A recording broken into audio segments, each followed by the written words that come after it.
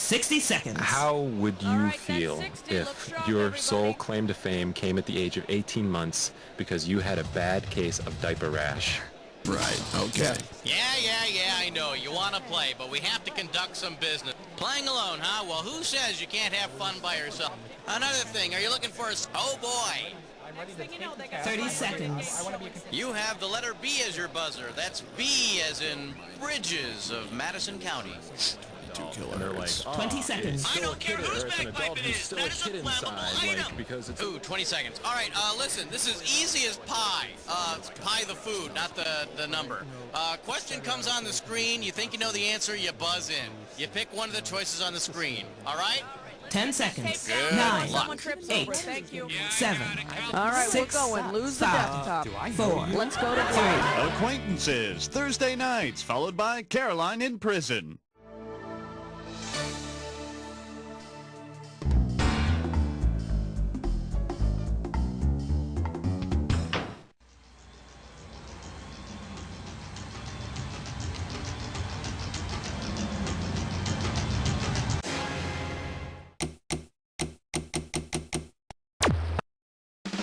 It's time for the show where high culture and pop culture collide.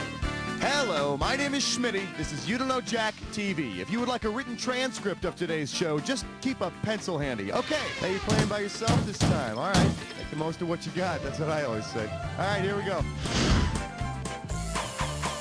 Give me a cat. Question 1 is taped before a live studio audience. For your enjoyment, as if the jiggling weren't enough, I'm gonna give away $3,000 this time. One question coming right up. If the producers of Charlie's Angels had cast the show according to its original title, the original name for Charlie's Angels was gonna be Alley Cats. I guess the censors had too much of a problem with all the tongue baths. Throw me. The category? Crappy commercials. You get it right, I'm putting you up $2,000. All right, this might be a tad disgusting, but bear with me. Imagine that you and a friend who just happens to be in the TV biz are watching a toilet paper commercial. The ad shows a man sitting on the toilet. A border then moves across the screen, replacing the shot with another scene of the man smiling after he's finished. What might your friend say? Did you see that? The technical term for the changing of a screen via the use of a moving border is a wipe. And the first thing they teach you at TV tech school is to always wipe from front to back to avoid disease. All right, pick a category.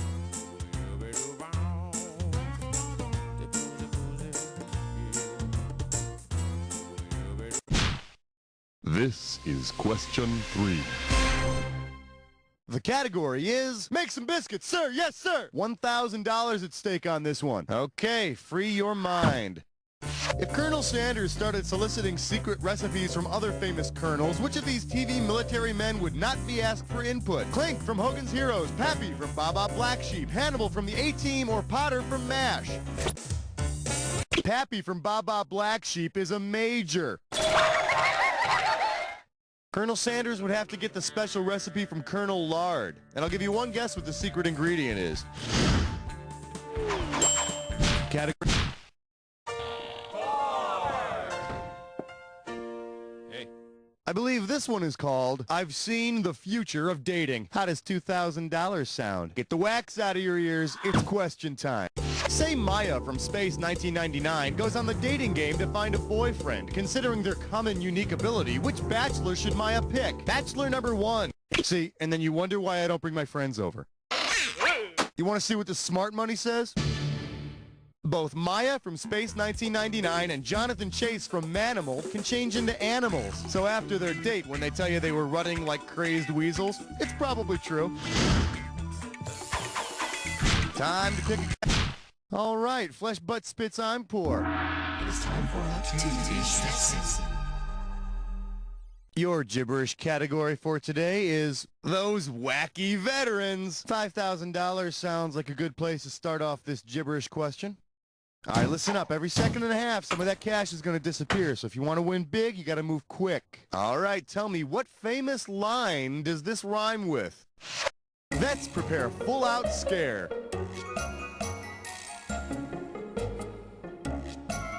First clue, it's heard on an 80s Make me proud, type in your...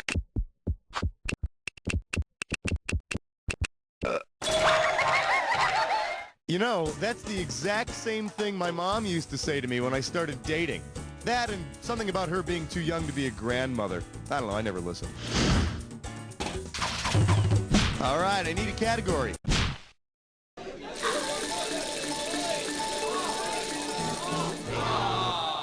May I introduce, before Stimpy and Scratchy, $3,000 for this one. All right, pay attention. I'm going to say this one time because it's hard to do. The year is 1929, and in order for RCA engineers to focus their cameras under the intense heat of the lights, a 12-inch statuette of one of America's favorite cartoon cats is broadcast for hours on end. What fun!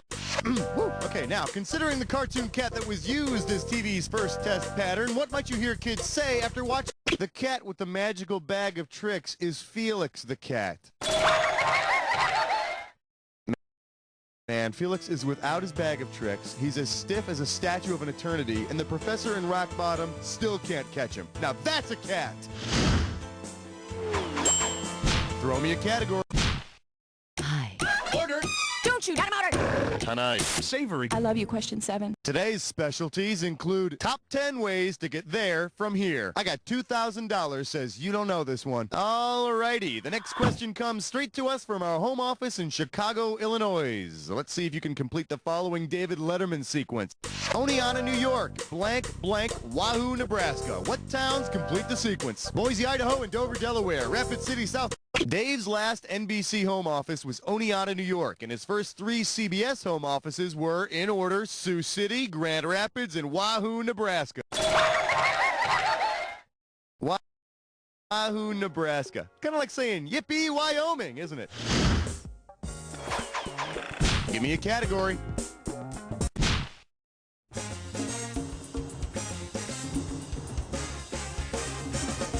Open wide and get ready for swimming with the enemy. You get it right, I'm giving you $1,000. Put it in gear, because here we go. If you went swimming on China Beach, for which of these would you have to watch out? China Beach takes place in Vietnam during the Vietnam War. The problem with trying to get a tan on China Beach is, if the ultraviolet rays don't get you, the Agent Orange certainly will. All right, pick a category.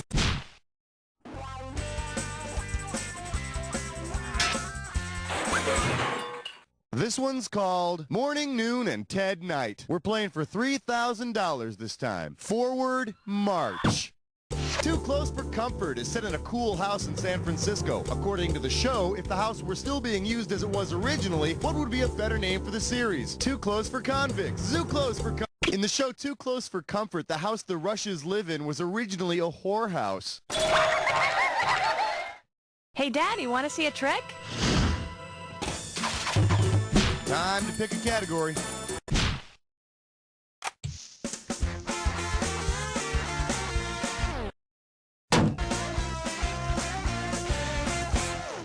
Let's have a big warm welcome for The Devil Made Her Do It. You get this one, you pocket $2,000. Hey, do you remember on Days of Our Lives when Marlena was possessed by the devil?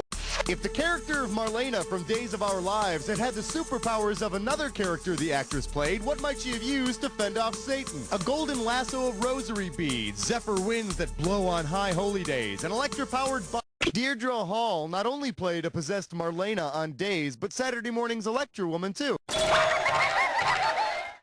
Now, Dyna Girl wasn't so lucky. She only got to humiliate herself on one show. Okay, you made it through one round. Let's see what happens in round 2. Let's do it. Don't forget, everything in round 2 is... Category, please.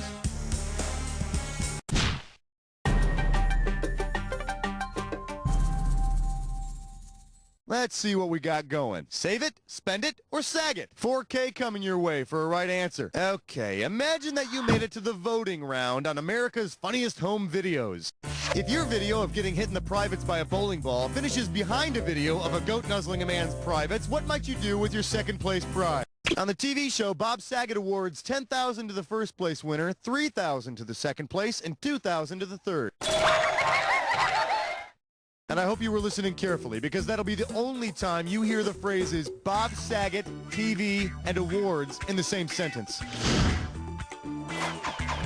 All right, I need a category.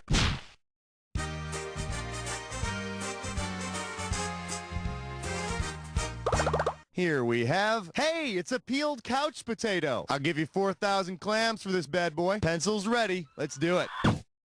If a flasher is receiving information from a flash caster, which of these might you see? A naked guy reading words he sees on TV, a naked guy watching a weatherman on TV, a naked guy using head... Well, it looks like rain today. Oh, perfect. I'll go get my raincoat. Oh. Well, that'll make an exciting story, won't it?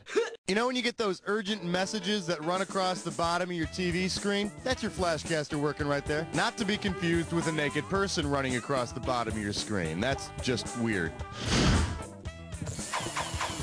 Give me a category.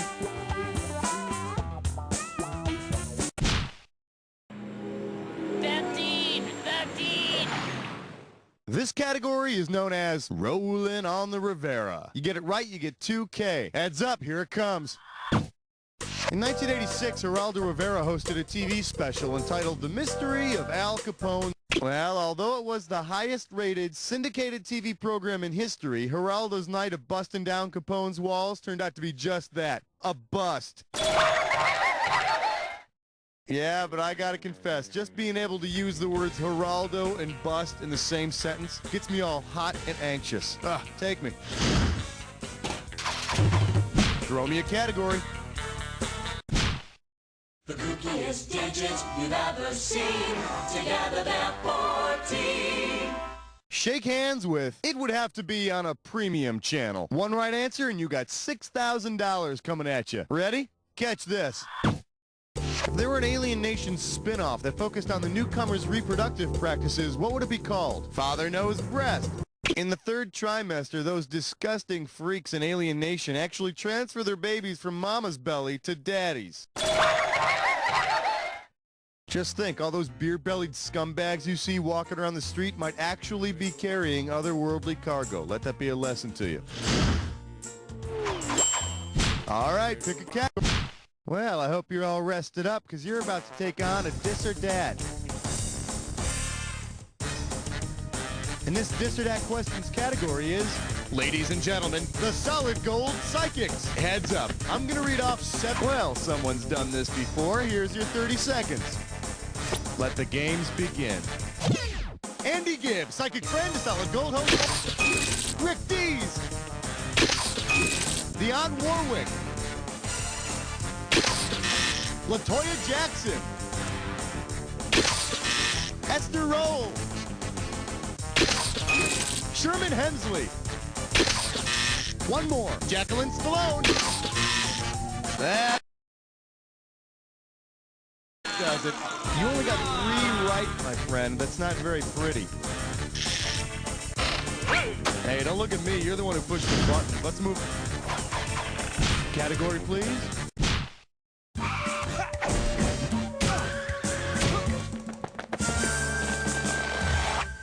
And our special guest tonight, apartments in bad neighborhoods. 4,000 big ones for a right answer here. Okay, apartment hunting, total drag. Who's with me? You gotta sift through so much crap to find anything halfway decent. Here, check out this freaked out ad I found the other day.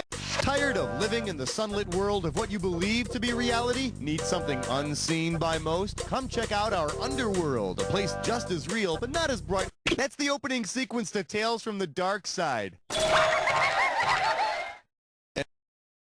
And hey, if this apartment actually does sound attractive to you, you might want to consider living in my underpants. All right, I need a category.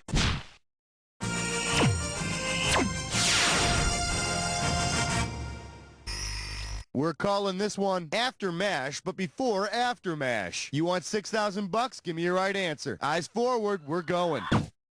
Based on the record that was set in New York City following the broadcast of the final episode of MASH, who most likely got a huge workout at that time? Zippy, the U.S. Postal Service. All right, give me the keys. Should have picked this one.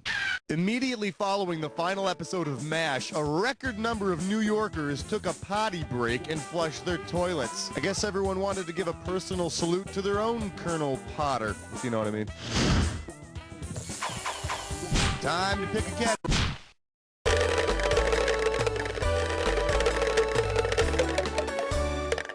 Let's take a look at I'd like to buy a bowel. If you know this one, you're getting $4,000. I know, I say Wheel of Fortune and you think Pat Sajak, but Pat was not the original host. If Pat Sajak follows the career path of the host who preceded him on Wheel of Fortune, which of the following will he end up doing after his wheel days? Acting in porn? Chuck Woolery was the host of Wheel of Fortune before Pat Sajak, and then went on to host Love Connection. I mean, it's the next obvious step. You go from one of the most popular game shows on television to a show populated with relationship dysfunctional losers. Who wouldn't want that chance? All right, pick a category.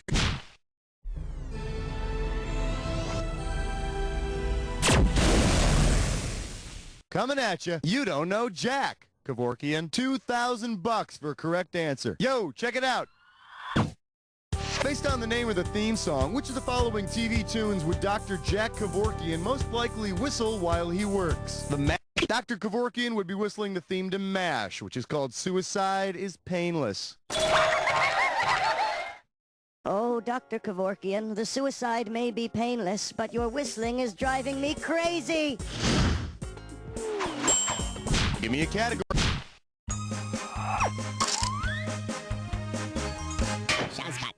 For your viewing pleasure, animals and whipped cream. You get it right, I'm putting you up $2,000. Hey, remember those crazy animal rockers, the banana splits? Which member of the banana splits would most likely eat a banana? Bingo, Fleagle? No, Fleagle would only eat a banana if it were mixed with a bunch of Alpo. For the curious, here's the right answer. Bingo is the gorilla drummer in the band, and bananas are a staple of a gorilla's diet. That would have been a great final episode if he, would have put whipped cream on the other three and then, ate them. Hey, guys, wait up. Throw me a category.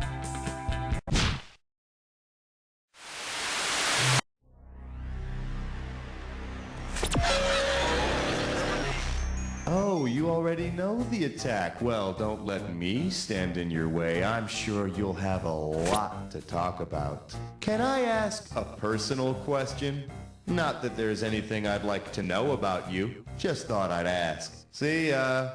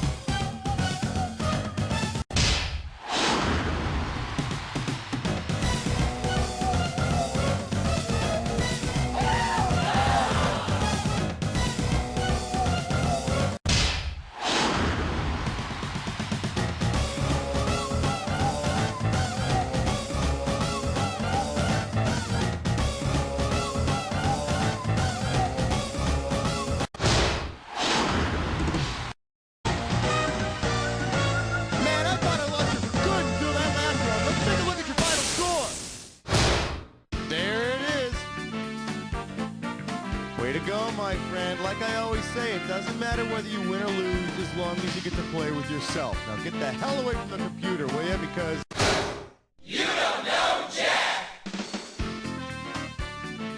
Beautiful! Very nice work, people. Hey, Raul, what's up? Are we doing another one of these? Wow, player, you're the smartest person that ever played You Don't Know Jack at this very moment, not counting the people that played before it and the people that are going to be playing after you. You want to play again? Just give me the word.